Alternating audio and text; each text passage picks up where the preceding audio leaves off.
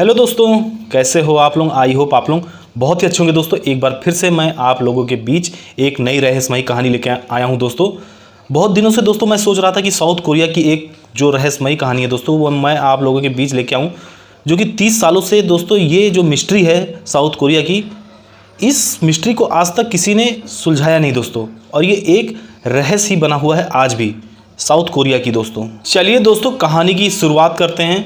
ये कहानी 30 साल पहले 26 मार्च 1991 की बात है दोस्तों। बहुत साउथ कोरिया की बहुत ही मिस्ट्री कहानी है दोस्तों, और ये बहुत बड़ी कहानी है। वैसे भी आप लोग साउथ कोरिया के बारे में जानते होंगे, उसके बगल में नॉर्थ कोरिया है जो कि एक दूसरे के दुश्मन भी हैं। और ये कहानी साउथ कोरिया की सिटी में एक छोटा सा गांव है दाएगू, और एक छोटा सा वहाँ पे गांव भी है माउंट व्योंग। ये एक छोटा सा पहाड़ है वहाँ पे। बात 1991 की है। उस गांव में सब लोग हंसी खुशी रहते थे, और कुछ दिनों बाद वहाँ पे चुनाव होने वाले थे, जो कि पहली बार वहाँ पे चुनाव होना था। वहाँ के लोग चुनाव के लिए बहुत ही हंसी खुशी, बहुत ही खुश नज़र आ रहे थे कि पहली बार हम लोग चुनाव में सम्मिलित होंगे, जो कि 30 सालों के बाद कुछ इस तरह का चुनाव होने जा रहा था।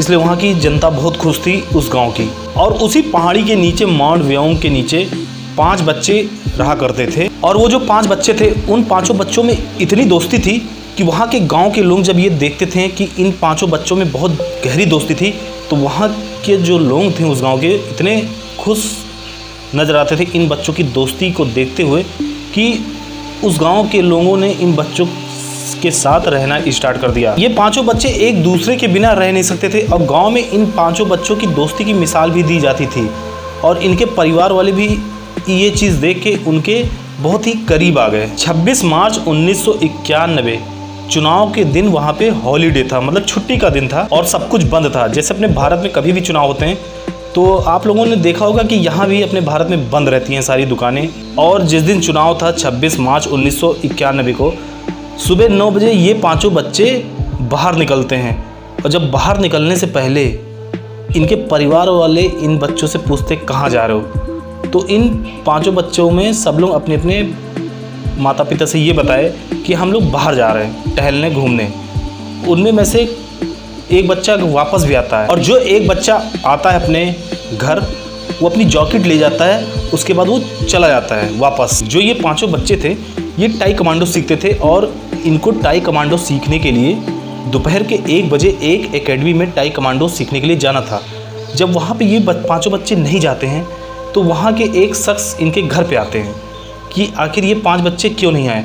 जब वो शख्स इनके माता पिता के घर जाता है, इन 5 बच्चों के माता पिता के घर, तो जब वो शख्स इनको बताता है कि आपके बच्चे हमारे यहाँ टाई कमांडो के लिए 5 बच्चे नहीं आए, तो इनके माँ बाप भी परेशान होते हैं कि सुबह के 9 बजे निकले हुए बच्चे आखिर टाई कमांडो सीखने क्यों नहीं गए, और सुबह जब खेलने के लिए अगर ये निकले थे तो वापस क्यों नहीं आए। इनके माँ बाप ये चीज़ सोच के बहुत परेशान होने लगे। फिर कुछ देर बाद उनके माँ बाप पूरे गांव में पूछताछ करते हैं कि आखिर किसी ने उनके बच्चों को देखा है। तो उन 5 के अलावा जितने भी और दोस्त थे उनसे भी पूछा गया, उनमें से किसी ने कुछ नहीं बताया। हाँ, एक बच्चा बताता है हमने उन 5 को माउंट व्योंग की तरफ जाते हुए देखा। और उसी बच्चे ने कुछ देर बाद ये भी बताया कि जब माउंट व्योंग की तरफ वो 5 बच्चे गए थे उसके बाद उसने गन शॉट की आवाज़ भी सुनी थी। ये वो बच्चा उन सबको ये चीज़ बताया अब उनके माँ बाप को कि गन शॉट की आवाज़ मैंने सुनी थी, और चीखने की भी आवाज़ सुनी। जब ये बच्चा इनके माँ बाप को ये बताया कि चीखने की आवाज़ भी सुनी, तो इनके माँ बाप बेचारे परेशान हो गए। जब उनके माँ बाप ने ये बातें सुनी तो ये मामला पुलिस तक गया, जो कि उस दिन चुनाव था, इसलिए पुलिस वालों ने भी ज़्यादा उनकी बातों पर ध्यान नहीं दिया। 1 दिन निकल गया, 2 दिन निकल गया, 3 दिन निकल गया, काफ़ी दिन निकल गया इस मामले को हुए। 2 दिन बीत गया मगर 5 बच्चों की कोई खबर नहीं है। वहाँ पे ये लोकल न्यूज़ को ये बात पता चली कि 5 बच्चे लापता हैं, और 2 दिन हो गया उनका कोई सुराग नहीं मिला, और पुलिस भी 2 दिन तक उन बच्चों पर कोई एक्शन नहीं लेती। फिर ये खबर जो है धीरे धीरे फैलाया जाता है गांव के बाहर, फिर धीरे धीरे दूसरे शहर में, फिर देखते ही देखते पूरे साउथ कोरिया में ये खबर फैल जाती है कि ये 5 बच्चे कहाँ गए, आखिर कहाँ लापता हो गए। ये पूरे साउथ कोरिया में बात फैल जाती है, पूरे साउथ कोरिया में। और इसके साथ 5 बच्चे एक साथ गायब, ये पूरे साउथ कोरिया में एक हेडलाइंस बन जाती है। और जब ये खबर पूरे साउथ कोरिया में हेडलाइंस बन जाती है तो फिर सरकार भी वहाँ की एक्शन में आती है कि इन 5 बच्चों को ढूंढना चाहिए। फिर धीरे धीरे पूरे साउथ कोरिया की जो जनता है उन 5 बच्चों के माँ बाप के साथ संवेदनाएं देने लगे कि बच्चे आखिर कहाँ गए। 10 साल से 13 साल के बीच के बच्चे आखिर कहाँ गायब हो गए। बहुत ही ज़्यादा ये साउथ कोरिया में हेडलाइंस बन गई। और जो 5 बच्चे पहाड़ी की तरफ गए थे, उस पहाड़ी के बगल में आर्मी कैंप था, जो कि अक्सर वहाँ पर गन शूटिंग हुआ करती थी। और उसके जस्ट बगल में वहाँ पे नदी और खेत खलियान थे। और उनके माँ बाप को जिस बच्चे ने ये बात बताई थी कि हमने गन शूट की आवाज़ सुनी थी, कुछ लोग ये सोच रहे थे कि वहाँ पे जो आर्मी के जवान हैं, कहीं ऐसा तो नहीं कि वहाँ पे जो आर्मी वाले प्रैक्टिस कर रहे थे, तो ऐसा तो नहीं कि वहाँ पे जो गन शूट हुई कहीं बच्चों को तो नहीं लग गई। ये चीज़ कुछ लोग सोच रहे थे और ये सोचना वाजिब भी है, क्योंकि बगल में अगर आर्मी कैंप है और वहाँ पे आर्मी प्रैक्टिस करती है गन शूट की, तो कुछ लोग ये सोचेंगे भी कि हाँ कहीं ऐसा तो नहीं कि उनकी गोली कहीं बच्चों को तो नहीं लग गई। और जो आर्मी की गन प्रैक्टिस हुई थी, कहीं ऐसा तो नहीं कि बच्चों को गोली लगने के बाद उन बच्चों को वहाँ से गायब कर दिया गया हो। ये आवाज़ वहाँ पर उठने लगी थी। और इस बात को वहाँ की मीडिया ने भी नहीं उठाया, क्योंकि बात वहाँ की मिलिट्री की थी। फिर इस बात को वहीं पे ख़त्म कर दिया गया। लेकिन बात बच्चों की थी कि आखिर ये 5 बच्चे मिल क्यों नहीं रहे थे। देखते ही देखते पूरे साउथ कोरिया में ये बात फैल गई कि आखिर ये 5 बच्चे गायब हो गए, आखिर मिल क्यों नहीं रहे। जब इन 5 बच्चों का कोई सुराग नहीं मिला, तो वहाँ के जो प्रेसिडेंट थे साउथ कोरिया के, उन्होंने पुलिस को आदेश दिया कि पूरे साउथ कोरिया में इन बच्चों की तलाश की जाए, आखिर ये बच्चे कहाँ गए। फिर पुलिस इन बच्चों को ढूंढना स्टार्ट करती है। कहते हैं 3 लाख पुलिस वालों को अलग अलग पूरे साउथ कोरिया में झोंका गया इन 5 बच्चों की तलाश के लिए। पूरे साउथ कोरिया में अलग अलग हिस्सों में ये पुलिस लगी रही। सड़क, नाले, नदी, रेलवे स्टेशन, बहुत सारी जगह पे इन बच्चों की तलाश स्टार्ट थी। मतलब हर जगह इन 5 बच्चों की तलाश की गई।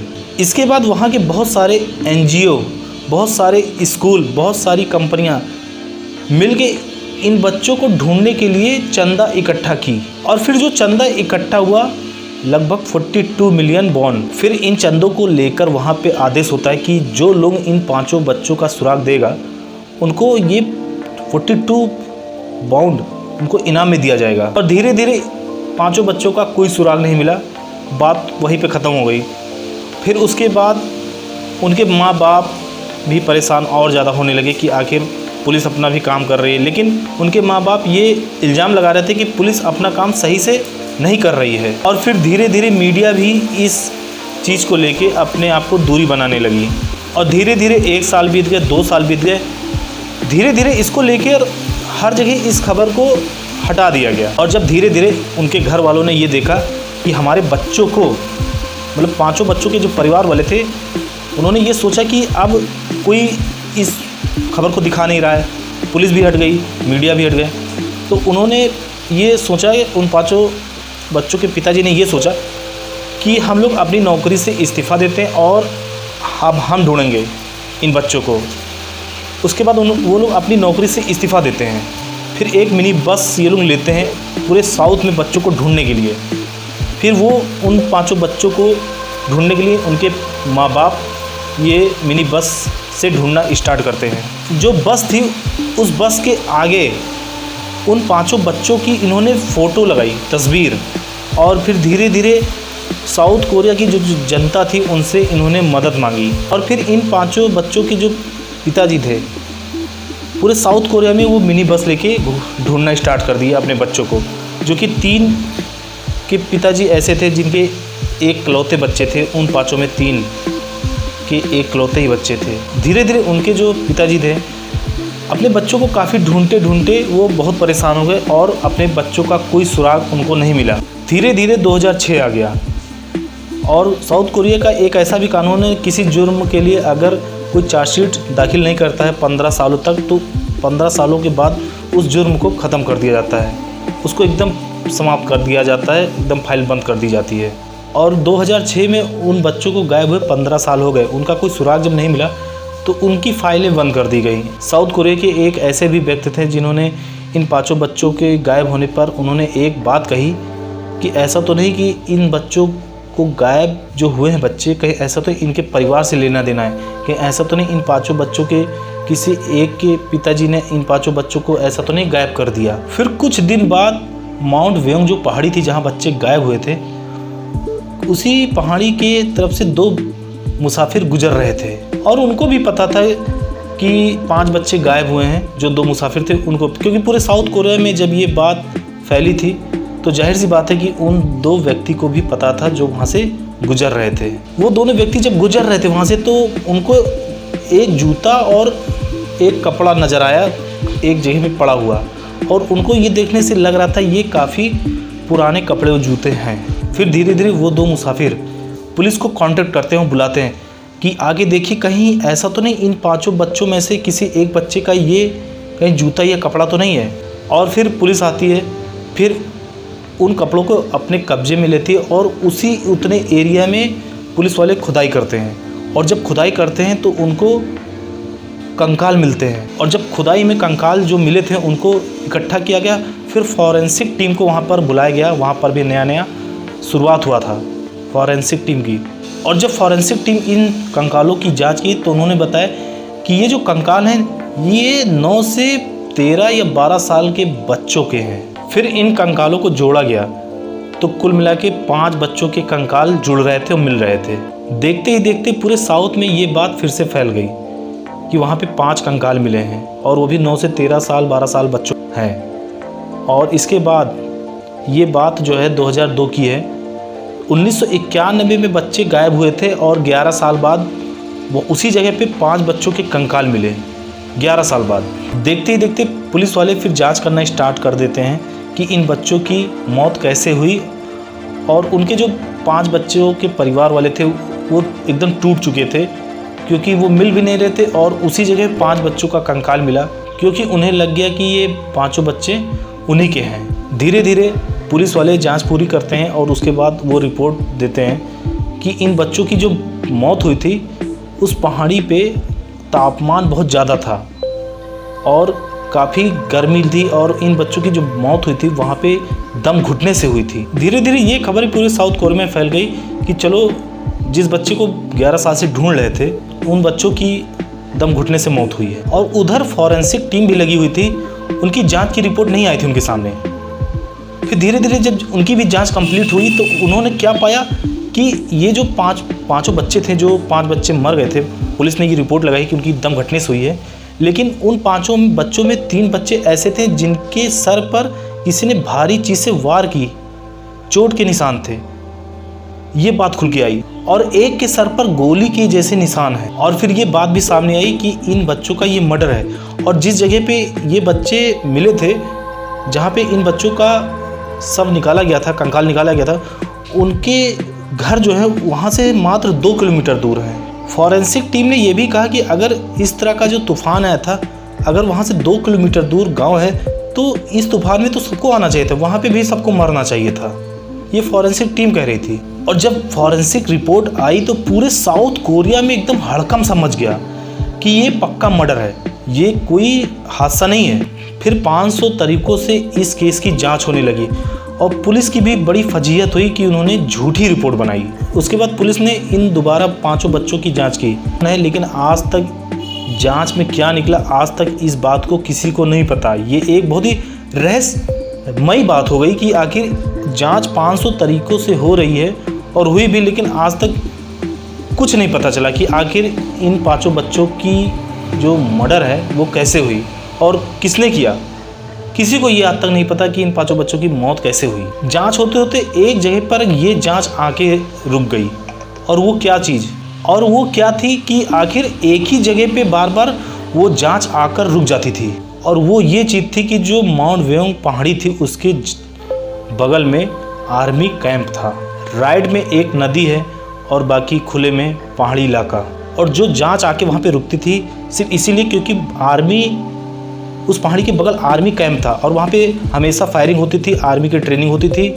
और रिपोर्ट में कुछ ये भी फिर शामिल किया गया, न्यूज़पेपर वाले भी यहाँ पे वो निकाले कि जो 23 तारीख को मिलिट्री कैंप में पूछताछ नहीं हुई और किसी मिलिट्री वालों से ये बात पूछा नहीं गया, इसीलिए वहाँ पे ये जांच आके रुक जाती थी। वहाँ की जो रिपोर्ट आई, जो मीडिया वालों ने कुछ छापा भी, कि वहाँ पे जो 5 बच्चे निकले 26 मार्च 1991 को, 5 बच्चे वहाँ से निकले और उस पहाड़ी पे फ्रॉग पकड़ने के लिए निकले। वो जो माउंट वेओंग पहाड़ी थी वहाँ पे फ्रॉग, मेढक पकड़ने के लिए निकले और फिर वहाँ पर उनका कोई सुराग नहीं मिला और उनको मृत पाया गया, उनके कंकाल मिले। इसीलिए आज भी साउथ कोरिया में फ्रॉग बॉयज़ के नाम से ये 5 बच्चे जाने जाते हैं और आज भी एक रहस्यमयी है ये। आज तक ये नहीं पता लगा पाया कि आखिर ये 5 बच्चों की मौत कैसे हुई और किसने इनको मारा। ये आज भी एक बहुत ही रहस्यमयी बात है। चलिए दोस्तों, कहानी को यहीं समाप्त करते हैं। आशा करता हूँ ये कहानी आप लोगों को पसंद आएगी और लाइक, कमेंट और शेयर ज़रूर करिए दोस्तों। वीडियो को शेयर ज़रूर करिए दोस्तों, ताकि हम आपके बीच अच्छी से अच्छी वीडियो लेके आ सकें। चलिए मिलते हैं अगली नई कहानी में, तब तक के लिए बाय।